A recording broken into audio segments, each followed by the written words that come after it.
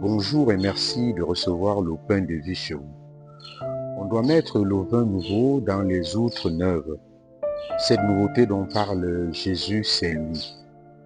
La nouveauté se manifeste dans la figure de l'époux. Ses paroles et ses actes viennent alors bousculer les habitudes de celles et ceux qui se sont installés dans une manière de penser et de vivre leur foi. Aujourd'hui, Jésus nous éclaire sur la pratique donc du jeûne. Le groupe des amis de Jésus partage la vie normale des gens. Ils ne brillent pas par l'ascèse. Ils vivent le temps des noces, puisque Jésus, l'époux de la noce éternelle, est avec eux. Pas besoin de jeûner. Mais un temps viendra, quand l'époux leur sera enlevé, alors ils jeûneront.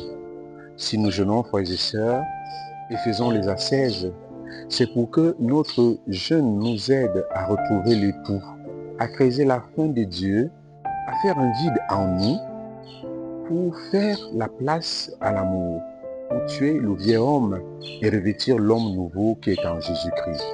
Le jeûne est fait pour acquérir quelque chose de neuf, un cœur nouveau, un vêtement de noces, celui de la transfiguration par exemple, un vêtement éclatant comme celui de notre baptême.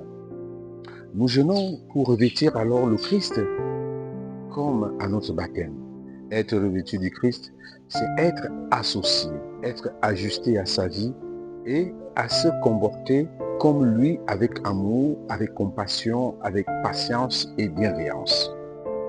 Vivant dans l'intimité de l'époux, les disciples ne sont pas obligés de jeûner parce qu'ils partagent la vie de l'époux, parce qu'ils sont dans l'époux, parce que l'époux vit dans leur présence. Alors, ils n'ont pas besoin de jeûner, de renoncer à un certain nombre de choses.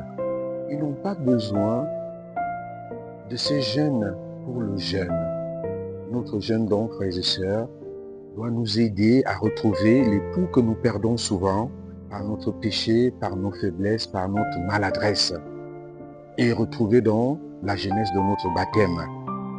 Voilà ce à quoi nous sert le jeûne. Parce qu'il nous fait du bien, il nous permet de nous tailler à la mesure du Christ. Il nous permet d'être plongés dans une vie christique, une vie qui nous aide à représenter le Christ aujourd'hui, à être les images, les vraies images du Christ, à retrouver notre image et notre ressemblance de Dieu. Puisse donc cette journée où nous sommes justement invités à jeûner, nous aider à trouver ce jeûne qui plaît à Dieu. Nous pouvons alors prier en demandant, Seigneur, enseigne-moi le jeûne qui te plaît. Bonne journée à tous.